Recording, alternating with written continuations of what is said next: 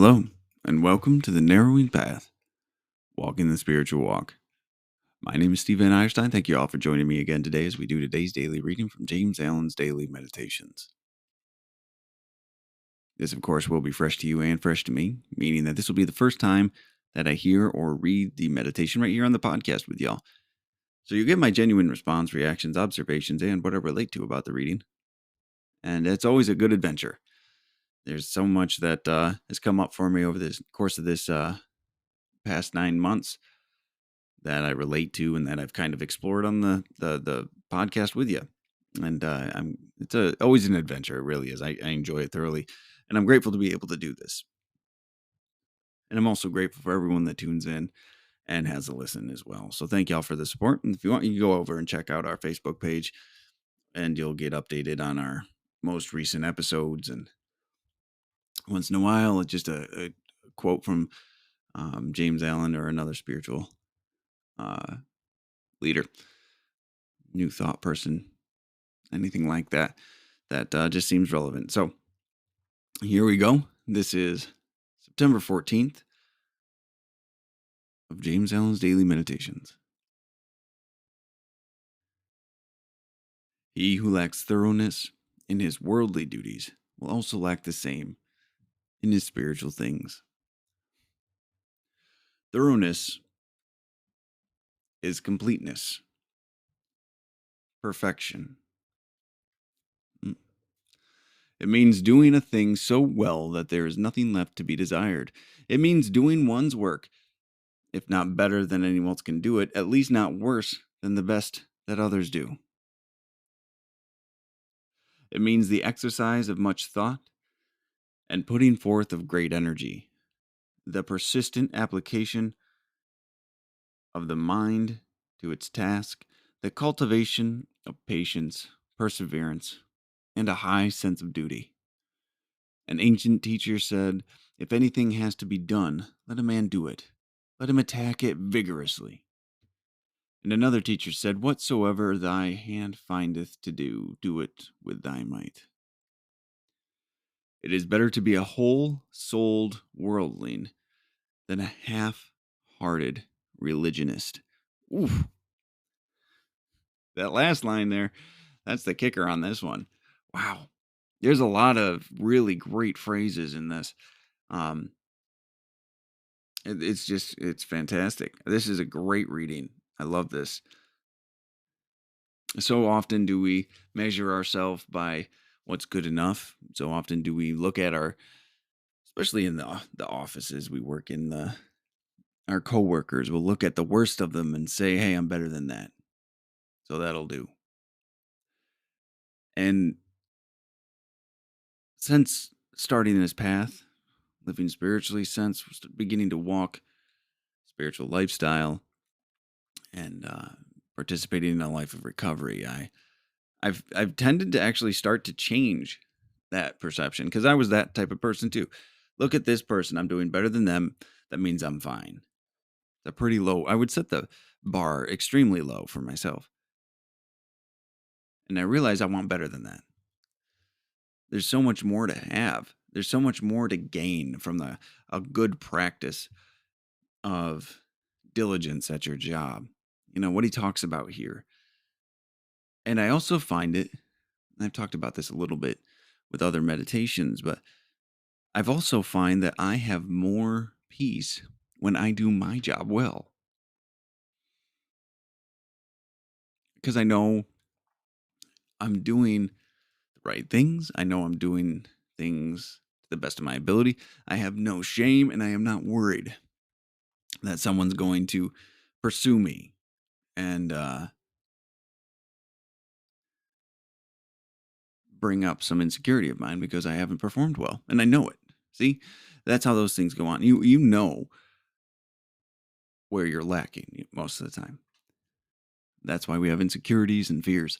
And when someone pushes the button on that, or you're in danger of someone finding that, things get really tense for you. That's how it goes. So let's go through this one line by line. I'll have a lot to say, I think, about this one. So Here we go. He who lacks thoroughness in his worldly duties will also lack the same in his spiritual things. I agree with this. Something I learned early on is if I have a behavior in one area of my life, it's probably everywhere. I just got to see what it looks like. Sometimes it doesn't look exactly the same, but it's close enough I can pick it out. If I procrastinate here, I'm going to procrastinate everywhere in my life. Sometimes I forget that and I'll try to address it in one area and I'll do really well. And then I'll look over here and things aren't going well and I don't know why. I have a bad tendency to forget to apply the lessons I learned in one area of my life everywhere, which it seems ridiculous, maybe, but it's true. Sometimes I do it now, which is progress, and I make a point of it. So um, it's doing better for me, but it's a lesson hard learned for me. But yeah, so where you have a behavior, when you find a behavior in one area of your life, most likely it's everywhere. Just food for thought. All right, now onto the main body of it. Excuse that. Now onto the main body of this. Thoroughness is completeness, perfection. Sorry, it reminds me of a meme. Um, Thoroughness is completeness, perfection. So thoroughness, when you practice thoroughness, that means you're giving your utmost undivided attention and energy and care to what you're doing right in front of you, regardless of its perceived significance, I'll say. And you're doing it to the best of your ability. You're doing it the best that it possibly can be done, or the best that you know it can be done. It is perfection. As far as perfection can be achieved, I guess. There's that word. People don't like it. But it's an important one to recognize. It's an important one to understand. Like we talked earlier about how, or not earlier here, but in a previous podcast about how perfection should be aimed at. And I believe that. And this is a similar principle. Aim at perfection so you land at the best. Always go for perfection. And when it doesn't get there, no, it is of the best quality anyway. So, if it doesn't get there, I should say. All right, now he says it means doing a thing so well that there's nothing left to be desired. It means doing one's work, if not better than anyone else can do it, at least not worse than the best that others do. That's right there. That's what I was just saying. It means doing one's work, if not better than anyone else can do it, at least not worse than the best that others do. So you keep your bar is the best that's out there. Your bar isn't the worst that's out there. That's gotten switched somewhere along the way, but your bar is the best that's out there. And doing it means doing a thing so well there's nothing left to be desired. It's not lacking. It's of the utmost quality. Whatever this action you're taking is, whatever this thing you're building or whatever these actions are. It means doing one's work, if not better than anyone else can do it, at least not worse than the best that others do. It means the exercise of much thought and putting forth of great energy, the persistent application of the mind to its task, the cultivation of patience, perseverance, and a high sense of duty. So let's read that again. It means the exercise of much thought. So you're devoting your mind to this. The putting forth of great energy. So you're allocating energy and effort to it. The persistent application of the mind to its task. So concentration, right? Like you're keeping it as your singular focus, not straying away and just being careless about what you're doing. The cultivation of patience, allow the process to take the time the process takes. perseverance, see it all the way to the end, and a high sense of duty. High sense of duty, meaning it's your responsibility to do this thing. You take ownership of what you're doing, the thing right in front of you. A lot of these a lot of these character qualities have been lost, especially when it comes to our jobs.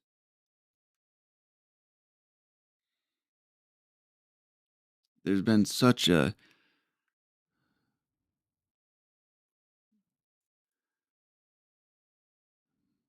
there's been such a change in the attitude towards employment, towards work, towards um tasks.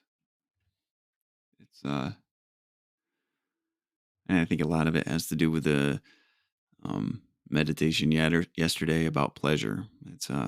It doesn't give us immediate pleasure, so we don't want to do it. Right? These qualities of character have been lost along the way. An ancient teacher said, "If anything has to be done, let a man do it. Let him attack it vigorously." I don't know this ancient teacher. I'm not sure who he's quoting that from, but I agree with it. It's what we've been talking about for the last couple of days. You know, with with what's the word, procrastination, and how we should attend to our duties as they appear in front of us, as they arise.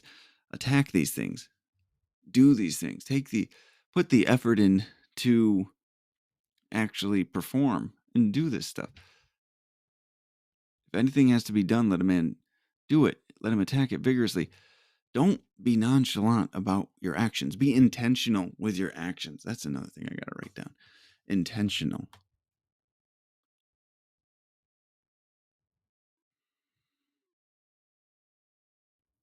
Sorry. That's such a big thing. People lose so much in, yeah, just nonchalance. Just, oh, by and by. Be intentional. Do things purposefully. Don't let life accidentally trip you into a situation. Be intentional about what you're doing. Live an intentional life. It makes such a difference.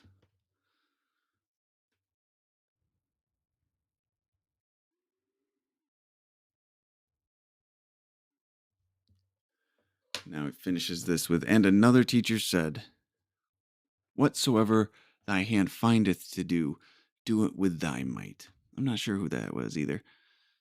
I'm sure one of those was biblical or had some sort of biblical reference.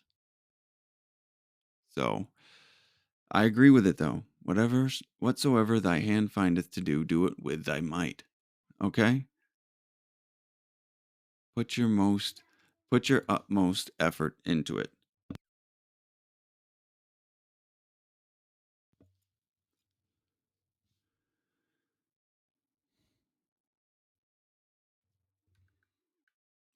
Whatsoever thy hand findeth to do, do it with thy might. Put your strength, put all this effort into it, the energy, um, to the task that's right in front of you. Do it thoroughly and do it well. It is better. Now, this is the ending quote here. It is better to be a whole-souled worldling than a half-hearted religion. That is a very powerful line there, and I agree with it. Like, there's so much about this I agree with, and I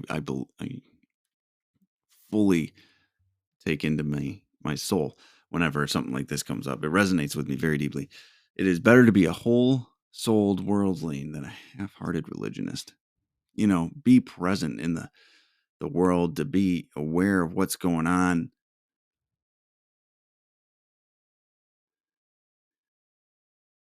And that's so much better than being just associated tangentially or sort of kind of into a religion just to claim moral superiority.